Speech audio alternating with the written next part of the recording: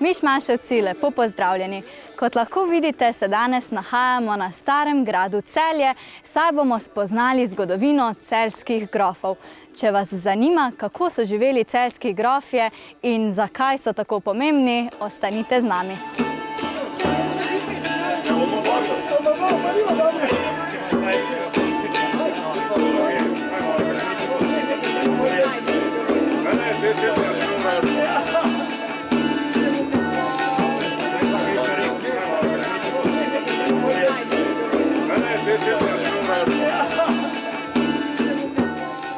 Mišmaševci, danes imamo srečo, saj sem na starem gradu Celje srečala viteza.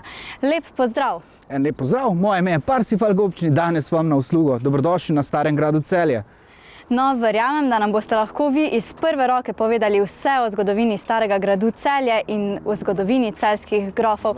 Kje pa se stari grad Celje sploh nahaja? Danes stari grad Celje se nahaja nad mestom Celje, sicer danes je to četrto največje mesto v Sloveniji, ampak v mojem času je Celje trg, ima samo 800 prebivalcev in taka zanimiva stvar lege gradu je nad mestom, se pravi vidi celotno mesto in pa nadzoruje tudi to našo Savinjsko dolino. Tukaj je že v času Rima potekala zelo pomembna pot preko, ki se imenuje Via Pannonia.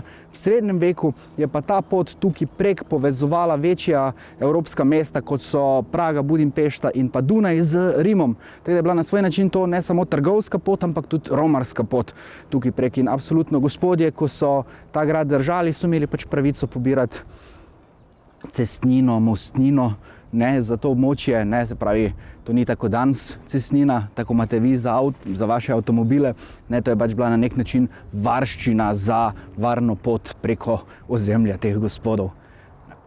Skoraj vsi gradovi, ki jih lahko vidimo, se nahajajo na hribu. In tudi celjski grad se. Zakaj pa? Skoraj vsi, predvsem obrambni gradovi se nahajajo na hribih. To je zaradi tega, da je lažje, imaš pregled nad dolino pod seboj. Druga stvar je tudi, da ga je težje zavzeti. In tudi stari grad tukaj ima tako posebno lastnost, je en del velikega obrambnega sistema, ki je bil skonstruiran za obrambo Svetorimskega cesarstva pred Turki. In to ponavadi niso samo gradovi, to so tudi kresni hribi našega grmada, vam tudi kasneje lahko pokazal. Se pravi, bili so skonstruirani za to, da so bili obramba za se pravi, tako sem rekel, pred Turki. In če bi, na primer, kresni hribi, če bi se po njih začeli prižigati kresovi, takrat ljudje vejo, da se približuje turška vojska in da morajo pobrati hrano in živino in se umakniti za zidove gradov in posesti in se pripraviti na dolgotrajnejše obleganje. Slišala sem, da lahko stari grad Celje razdelimo na dva dela. Ali je to res? Ja, res je. Stari grad Celje je sicer gre za vojaško utrdbo, kot zanimivost, ena od edinih dveh gradov v Sloveniji, ko smo našli dejansko kovačnico, se pravi še en pokazatelj, da res gre za vojaško utrdbo, ampak deljenje na dva dela, se pravi na bivalni del pa na obrambni del. Bivalni del je tukaj bil zmerom namenjen grofu v čakanju, se pravi, ko je Herman glava družine, je tu Friderik, ko je Friderik glava družine, je tukaj Ulrich. Vse od bivalnega dela dol naprej je pa skonstruirano za praktično obrambo gradu. In gradovi delujejo take velike pasti za nasprotnika. Se pravi, ja, lahko ga zavzameš, ampak boš imel velike zgube vojske, tako da ti je kar velika ovira na poti. Ne vem, če bi rad prišel preko Celja do Dunaja ali pa kaj takega. Tukaj noter boš utrpel kar velike škode, kar se vojske tiče. Tako da na tak način pa pol sama obramba gradu. Kdo vse pa je živel v tem gradu? Kdo vse je živel? Kot spremstvo. Grad rabi približno 60 vojakov, da ga lahko obrani. Pol imaš pa na gradu različne osebje. Zmerom so logarji, tesarji, kamnoseki, to so za oskrbo z hrano, za oskrbo, za popravila samega gradu v času obleganja ali pa redna popravila. Pol je pa odvisno od samega grofa ali kneza, ki tukaj živi, koliko ima s seboj služničadi, ki mu služijo. In pol ima še hlapce, to so pa, bom rekel, nižje vrste poklicev, ki so tukaj za prenašanje stvari, za pospravljanje, za pomoč tem vojakom, tesarjem, lovcem. In to je to, kar rabiš, da grad deluje tako more. No, zdaj pa me že res zanima, kako izgleda grad od bliže. Si lahko greva pogledat? Gremo, kar izvolimo naprej.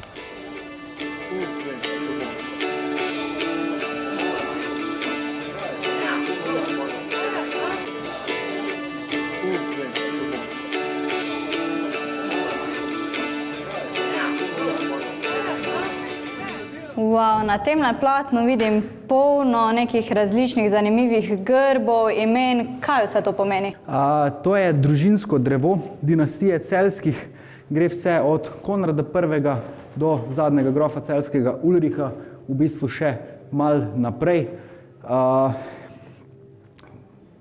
Prvi med celjskimi, ko ga radi omenjamo, v bistvu izhaja iz dinastije Žovneških, njihovih predhodnikov, to je Konrad Žovneški. Prej smo omenjali trubadurstvo, kaj je. No, Konrad Žovneški je bil trubadur in svoje dela objavi v čudoviti knjigi imenovani Frauendienst ali v službi dame. V srednjem veku, če se hočeš ti dvigati prek rankov plemstva, kaj potrebuješ je, da potrebuješ ozemlje in gradove, ker skozi ozemlje ti dobivaš denar in tudi svoj vpliv. Konrad Žovneški ima 3 gradove pa posesti. Pravnuk njegov Friderik I. Celjski oziroma drugi Žovneški jih ima že kar 79. Do takrat so Žovneški znani kot svobodna gospoda, kar pomeni, da nimajo kralja nad seboj. Z Friderikom se pa stvari začnejo obračati. On od družine Vobržanov podeduje mesto Celje, takrat tudi zamenja grb, vzame grb Vauberških, to so 3 zlate zvezde na plavem polju, in odpove se svobodni gospoščini, s tem postane del Svetorimskega cesarstva in s tem tudi prvi celjski grof. Največji razpon družina pa doživi pod njegovim vnukom Hermanom II. Celjskim. Takrat bi imeli že kar tam okrog 152 gradov pa posesti, takrat so znani kot Bani Zagorja, Slavonije in Dalmacije ter celjski in ortenburški grofje. No, Herman je pa predvsem uspešen z porokami. Kajti kam uspe 1406. imamo kar 2 celjanki na evropskih prestolih.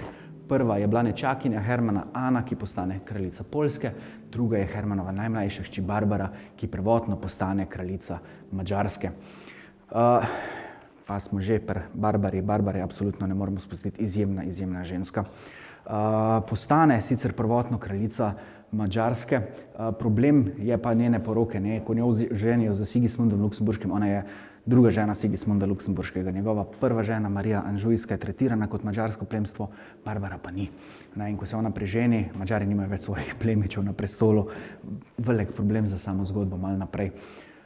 Barbara Celjska govori 7 tujih jezikov, ukvarja se z alkemijo, soustanovi za Sigismundom viteški red, imenovan Zmajev viteški red, po njem kot zanimivost tudi grof Dracula dobi ime, ker po romunsko Dracul pomeni zmaj, tako so klicali očeta, sina pa Zmajček ali Dracula, tako da je zato zaslužna. No, Sigismund Luksemburški pa ne ostane samo kralj Madžarske, ampak postane tudi svetorimski cesar.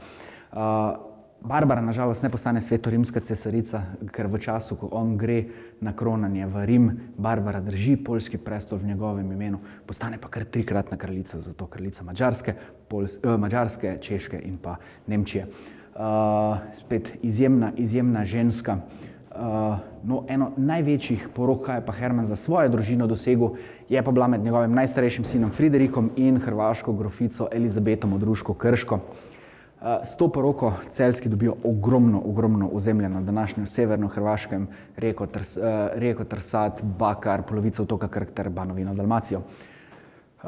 Poroka je bila dogovorjena, neke ljubezni ni bilo, gospa Elizabeta Odruško-Krška umre, super, vse po planu, na kar manj kot leto po njeni smrti Friderik se ponovno oženi z Veroniko Deseniško. No, ta poroka je pa bila zelo problematična za Celjske. Kajti Veronika Deseniška je dama, to je hči navadnega viteza, nizko plemstvo, Friderik je pa bil že bodoči knez. In če bi se še enkrat poročil, praktično bi lahko konkretno spet povečal svoje ozemlje, ampak ker Veronikina družina ni imela toliko premoženja, tega ni mogel. Kaj je še hujš je, da ta poroka skoraj zaneti dve vojni. Prva je bila med Modruško-Krškimi in Celjskimi, ker družina Elizabete, njegove prve žene, proglasi Friderika, da je Elizabeti pomagal na drugo stran in zahtevajo celotno ozemlje nazaj. Herman tega ne pusti, ne, in pride do zelo konfliktne situacije, ne, skoraj do vojne. Ta vojna bi naj potekala po jugu Slovenije, severu Hrvaške, to je pa ta del, ko je bil skonstruiran za obrambo Svetorimskega cesarstva pred Turki. Takrat, da pride do miru, sam cesar Sigismund Luksemburški tudi pride v Celje in naredi mir. Do mira pride, pol pa pride do druge vojne med očetom pa sinom. V tej vojni Friderik zgubi in ga zaprejo v ta velik stolp, pri nas tukaj v Dzuni še danes imenovan Friderikov stolp. Veroniko pa zaprejo v grad Ojstrica pri Taboru, kjer so bile tudi ječe dinastije Celjskih že od časa Žovneških naprej. Herman hoče, da bi se Friderik Veroniko odrekel, Friderik tega noče, dajo pred cerkveno sodišče in jo obtoži čarovništva, ampak cerkveno sodišče jo oprosti. Na kar vzame Herman zakon v svoje roke, pošlje svoje ljudi v grad Ojstrica, kjer je bila Veronika zaprta, in tam jo vtopijo.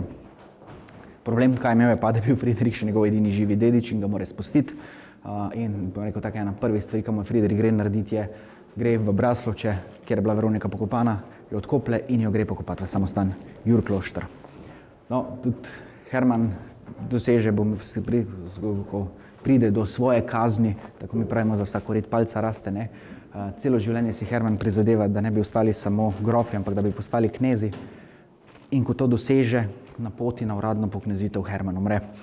In prvi celjski knez postane Friderik. Ampak Friderik se noče več ukvarjati z družinsko politiko, prepušča vse skupaj Ulrichu. Ulrich je pa bolj podoben svojemu staremu očetu kot svojemu očetu, zelo ambiciozen, zelo sposoben, tak po domače rečeno, taki nepisan kralj evropski, nekronan kralj, bom rekel, ne, ampak ravno te Ulrichove ambicije in ta poroka Barbare pa Sigismunda je, kaj privede družino do padca in zakaj se gre.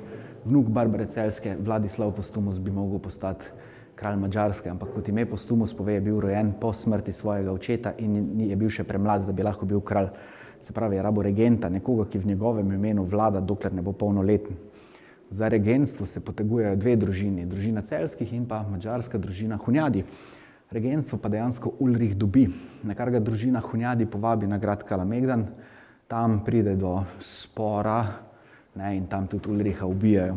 Tako umre zadnji celjski grof in vse skupaj nasledi družina Habsburžanov. To pa zaradi dedne pogodbe, ki jo je dejansko Ulrich Habsburžanom usilo, ampak takrat, ko je on to naredil, ima še on dva sinova Habsburžani, dobenega, v 7. letu se pa zgodba popolnoma obrne in nažalost Ulrich oba sinova umreta, na Habsburškem dvoru se rodi en fant in vse ostalo je zgodovina. Kdaj se je torej vse to dogajalo? Zgodba Celjskih zelej smo šli od 13. stoletja pa tam do 1456, ne, tam se takrat tudi zadnji celjski grof umre. Včasih je bila delitev na bogate in revne zelo opazna.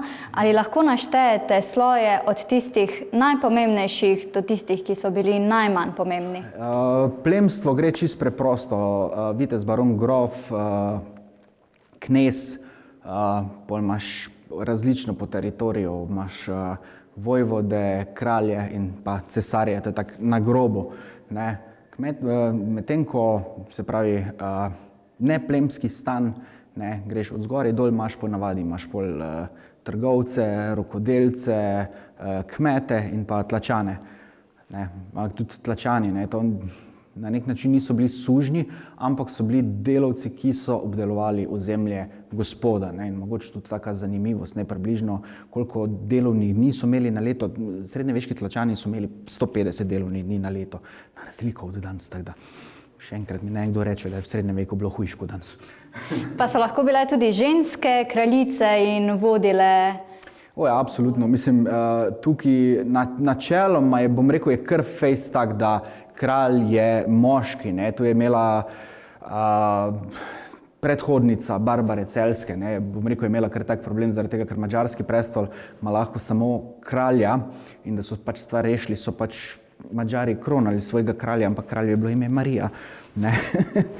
Kar se pa tiče samih vodenj kraljic pa vse skupaj, tukaj je že, bom rekel, tak zanimiv primer postane Barbara. Ne. Ona Po smrti Sigismunda Luksemburškega ona ne spusti svojih političnih vajeti iz rok, ne, kaj je bilo zelo slabo za njenega zeta Albrehta Habsburškega, ker praktično, bom rekel tako karikiral, živel v njeni senci. Ne, in tukaj se je kar fejst velik vpliv pokazal pri Barbari, sam političen, pa to do te mere, da se je ustvarila ena klika, ko je pač skrbela za to, da se Barbaro pol tudi potlači, da se ji vzame vpliv, tudi denar po posesti, da bi jo, bom rekel, pacifirali. Ampak načeloma ženska kraljica sama v srednjem veku je bolj izjema kot pravilo, ne? Jih pa poznamo veliko in Barbara Celjska definitivno je bila ena od tistih, kako bi rekel,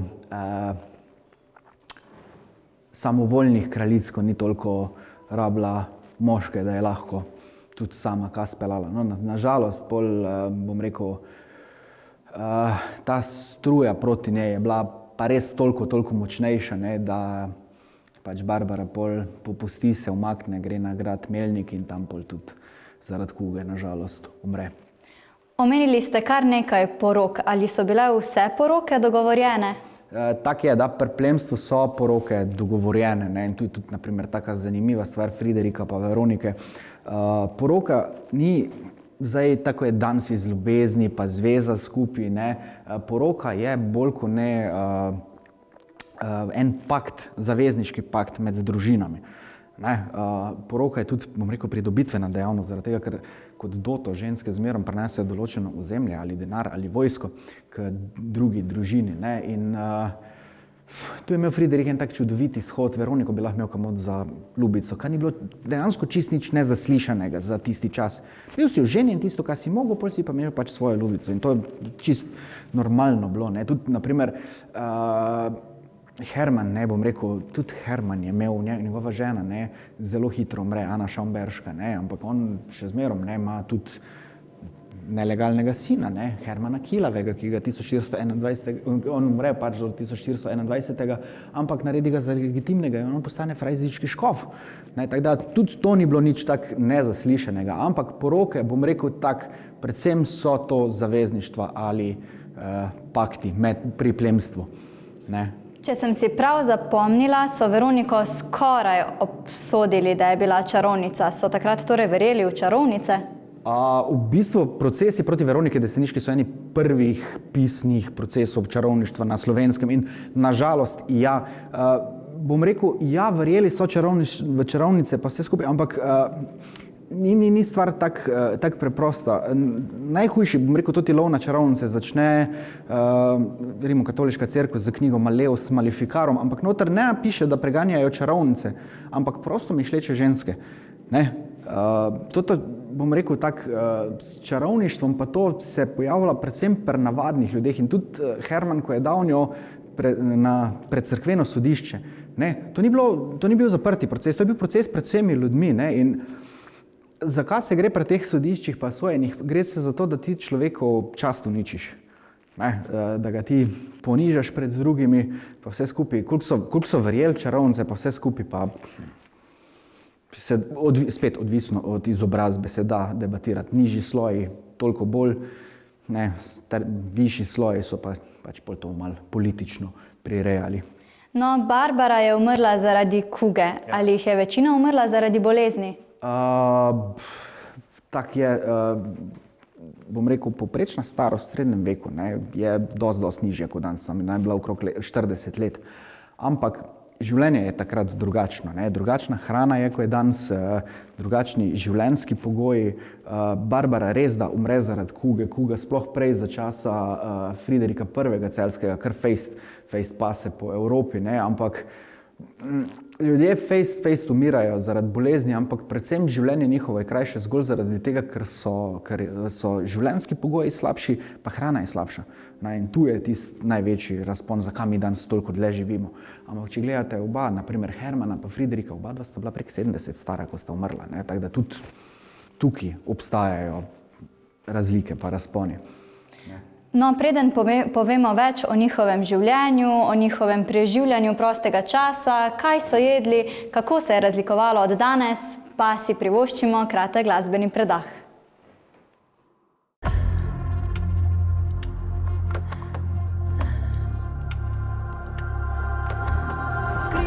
sem se v reko in odšla v tiho noč.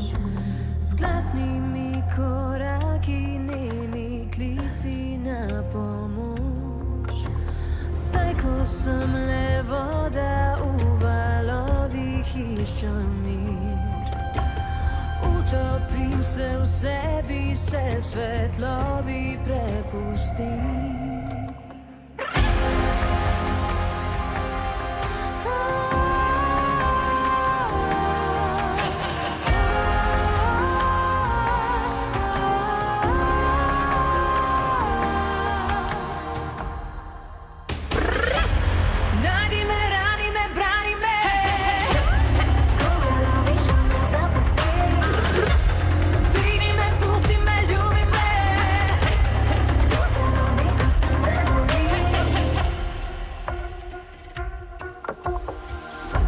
Se bojiš, ko svoje želje zatajiš.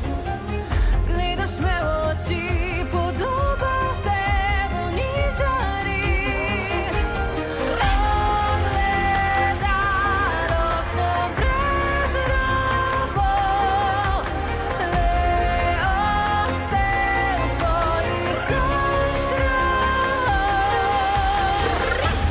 Najdi me, rani me, brani me.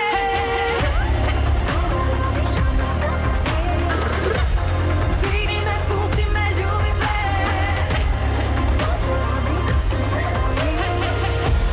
Jaz sem, ti si Veronika. Tvojo resnico le ona ve. Jaz sem, ti si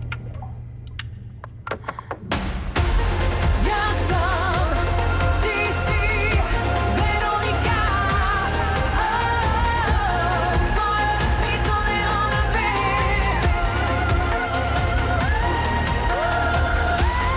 Jaz sem, ti si Veronika. Tvojo resnico le ona ve.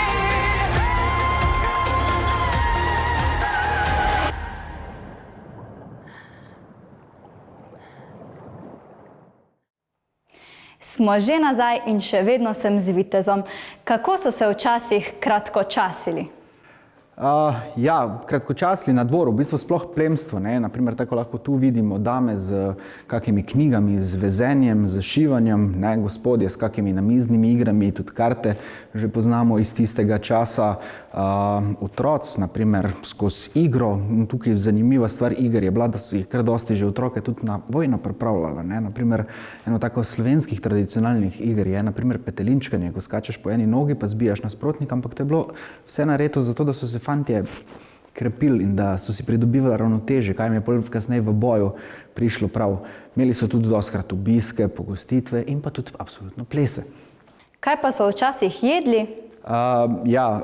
Bilo je kar dosti mesa, ampak pri mesu je tako, da kaj so si sveže ulovili ali pa kaj so lahko na hladno shranili. Se pravi, je bila, bom rekel, mesna dieta poleti, pomladi, tisto, kar si sproti uloviš čez zimo, tisto, kar so si lahko shranili. Drugače pa njihova, bom rekel, prehrana temelji predvsem na zelenjavi, gobolnicah, na, bom rekel, žito, ne.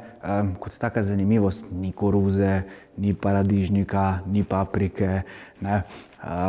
Tako da, bom rekel, so imeli bolj, sploh nižje plemstvo, ko si bil, nižji stan, ko si imel bolj temelji tvoja prehrana na, bom rekel, zelenjavnih, gomolnih hrani, ne, višji sloj, lažje si prišel tudi do kakega mesa, zaradi tega, ker, naprimer, samo višji sloj ima pravico loviti visoko divjad, ne, medtem ko nižji te pravice nima, so bili bolj odvisni od tega, kaj so si pač doma, kakšne kokoši ali pa kaj takega, ne. Kje pa so dobili vso to hrano, ali so šli v trgovino, tako kot gremo danes? Ne. Hrano imaš, v bistvu hrano si dobil direktno iz njive ali iz gozda, hranili so jo v kaščah na gradu, to so ponavadi bolj pod zemljo, ker je tudi bolj hladno, da ta hrana tudi dlje ostaja dokaj sveža. Kaj si sproti ulovil, tudi tisto je bilo, ne, ker še enkrat ni hladilnikov, meso ne ostaja dolgo, sveže, razen če si ga res nasolil ali pa kaj takega, ampak tudi sol je zelo, zelo draga začimba takrat, tako da v glavnem vse sproti, kaj si sam pridelal ali pa kaj so ti tlačani pridelali. No, hladilnikov niso imeli, elektrike tudi ne. Kako so lahko živeli brez luči? Super, osvetljuješ se z ognjem, z svečami, ne, z baklami. Danes bom rekel, ste fejst razvajeni z elektriko pa vse skupaj, ampak ne vem, če se probate kdaj vtrgati, priti gor tudi kdaj za kak srednjeveški dan, ko je malo bolj temnejše že, pa vse skupaj, ko imamo tudi tabore, tukaj lahko vidite, da brez luči pa elektrike tudi čist v redu gre. No, v gradu je tudi kar hladno, ali sob niso ogrevali? Ja, absolutno. Sobe so ogrevajo v bistvu tam, ko so spalni prostori ali pa kakšne večje viteške dvorane, ta vse premorejo, kamin, kuhna je bila konstantno topla. So pa absolutno tudi prostori, kjer se ne ogrevajo toliko in tisti se pač so toliko bolj hladni pa vlažni, ne? Ampak imajo pa način za ogrevanje definitivno tudi takrat. Prej sem videla, da se okoli gradu sprehaja grajska gospoda. Grem pogledati, kako se oni danes kratkočasijo.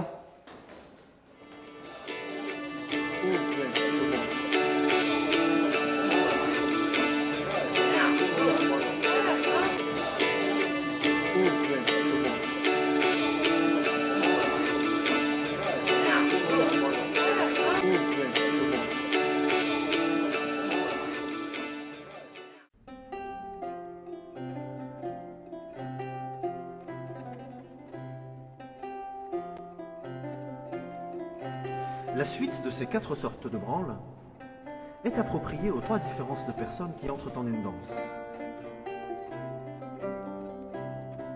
Les anciens dansent gravement les branles doubles et simples. Les jeunes mariés dansent les branles gaies. Et les plus jeunes, comme vous, dansent légèrement les branles de Bourgogne.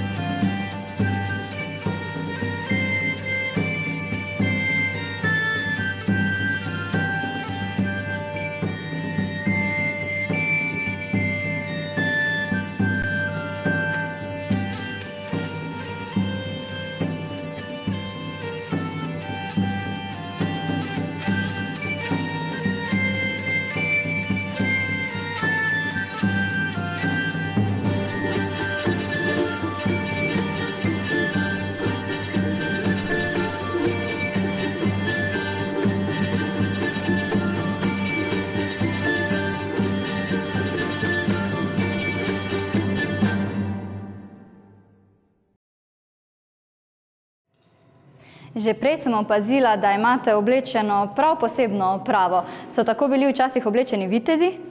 Ja, v bistvu gre za podoklepno obleko, ko si jo ponavadi nosil pod oklepom, na vrh pa viteza prepoznate po oklepu, absolutno. Poln viteški oklep tehta tam med 20 in 25 kg, vsa teža pride na rame pa na pas, in pod oklepom je zmerom prišita jakna, tukaj jo lahko vidite, ali pa tamle rjavo, narejena je iz 7 plasti lanu, na njo prije oklep privezan, varuje pred tem, da oklep ne žuli in varuje pred topimi udarci, ker je iz 7 plasti lana po zimi blazno fajn greje, poleti, ko se pa enkrat zašvicaš, se pa začne hladiti, tako da spet praktična stvar. Drugače pa sam oklep, bom rekel, ga je uporabljalo bolj plemstvo, zaradi tega, ker je zelo, zelo drag in temu primerno se pol tudi na oklep odziva način bojevanja.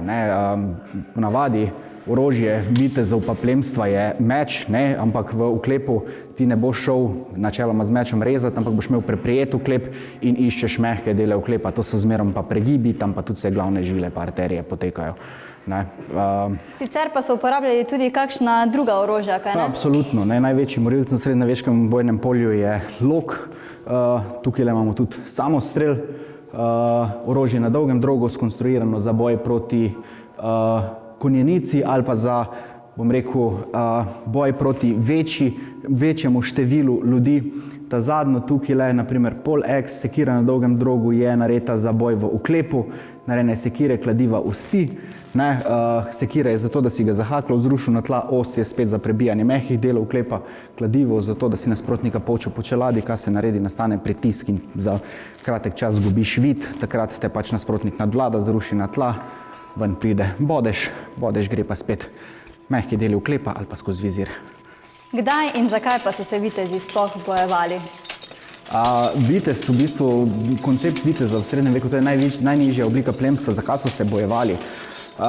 Imeli so, naprimer, danes so fej znani turniri, pač tisto za prestiž, da so se pokazali pa vse skupaj, ampak vojne pri nas so v glavnem za posest, za uveljavljanje svojih dednih pravic, za, bom rekel, širjenje teritorija na svoj način, drugače pa, bom rekel tak, vitez je bil kar taka dragocena stvar, in tudi v bitki, če si izgubil, jih tudi niso kar potamanili ali pa kaj takega, ampak so jih kvečjemu prodajali nazaj za odkupnino in si na tak način še naprej financirali vojne. Ampak vitez je, bom rekel, predvsem tist plemič, navaden vitez. Imate pa pol najemniške viteze, tiste pa najemniška vojska, tiste pa pol spet popolnoma druga filozofija za tem, tam pa nimaš več pol viteških zaobljub, teh lepih stvari, trubadurstva pa tega, kaj je tudi pri nekaterih vitezih bilo, kam se pa stvar spremeni. Omenili ste trubadurstvo. Kaj je to? Trubadurstvo je ena čudovita stvar. Trubadurstvo je oblika pesništva, ki se ukvarja z dvorjenjem, z ljubeznijo. V bistvu trubadurstvo prije v Evropo iz Bližnjega vzhoda, skozi jug Francije, in kaj trubadurji naredijo je, da žensko postavijo na prestol, ker trubadurje je ženska sveto bitje, ker daje življenje. In sveta dolžnost vsakega moškega je, da to življenje varuje in ga plemeniti. S tem je v bistvu se začel koncept ljubezni, kot jo poznamo danes, in pa tudi koncept tega, kaj pomeni biti vitez s trubadurji. No, in če se vrneva nazaj na viteze in bojevanje, kako je izgledalo, ko sta se spopadla dva viteza? Po navadi se začne stvar z priklonom, sploh če gre za dvoboje. Se začne s priklonom in pol se borita, dokler se ponavadi eden ne preda. Na smrt, naprimer, so sodni dvoboji. Sodni dvoboji so, pa ni bilo samo med vitezi, tudi med navadnimi ljudmi. Če sta se dva sprla, cerkev sodstvo ni moglo odločiti, kdo ima prav, je pač prišlo do dvoboja, do smrti. Tisti, ko je preživel, tisti je imel prav.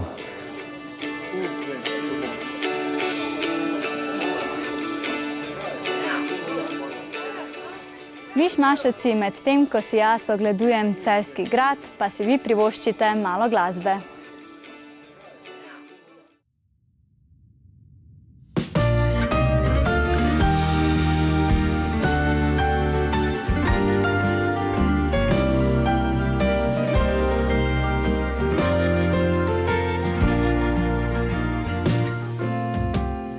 Skozi okno gledam, kako vse hiti,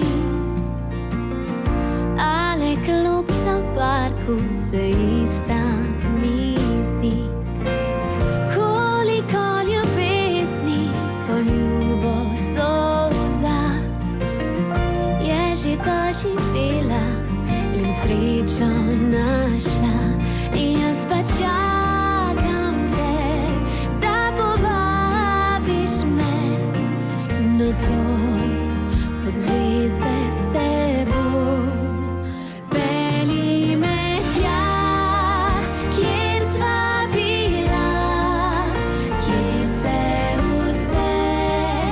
začne in konča. Srečna, da vse to zdaj imava, a nikdar ne dava te klopce želja.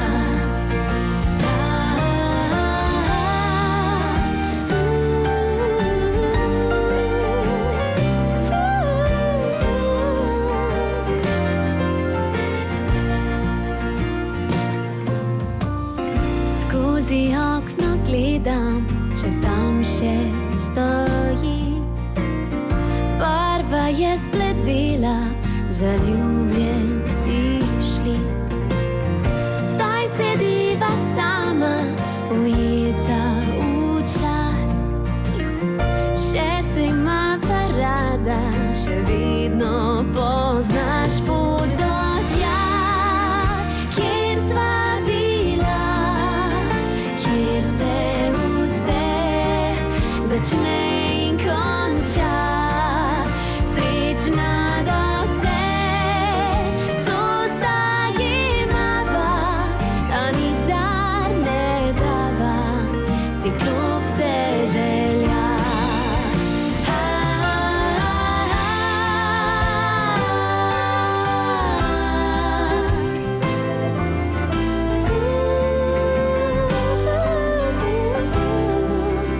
Srečna, da vse to zdaj imava, a nikdar ne dava te klopce želja. Srečna, da vse to zdaj imava, a nikdar ne dava te klopce želja.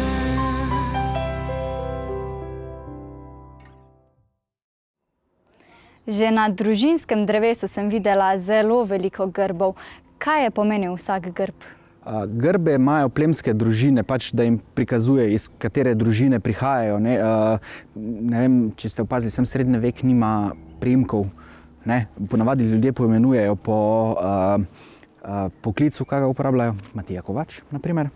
Po kraju, iz katerega prihajajo, Herman Celjski, ali pa po kakšni hibi, kaj imajo, tako ne vem, Herman Kilavi, Parsifal Gobčni. Ampak, da so se lažje plemični vedeli, za katero družino gre, so pa uporabljali grbe. In grb ponavadi nosijo na ščitu, na svojih praporih, in potem so prepoznani. Tako da je na nek način priimek to. Tukaj lahko vidimo, na primer, žovneški, vovberški, danes celjski grb, pol pa imate naprej knežji grb, ko sta Friderik pa Ulrich kombinirala, se pravi, dva sta žovneška, dva sta celjska. No, danes sem že velikokrat opazila 3 zvezde. Bi lahko rekli, da so torej 3 zvezde simbol celjskih grofov?